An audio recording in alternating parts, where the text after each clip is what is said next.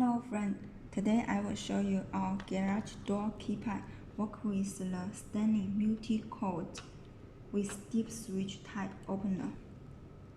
As you can see our menu, the opener with deep switch is belong to type 2, so let's follow the programming type 2 part.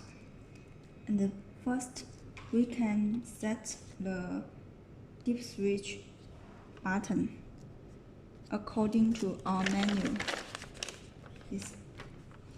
When you deep switch located this, put it 8. Located in the number, put it 2. So I have make a mark in the right paper as like as it. And now let's program it. Step 1, press these two buttons at the same time. Step 2, press 1 pound of I have choice first channel. Step 3, open ID 1 pound. Step 4, press the keypad.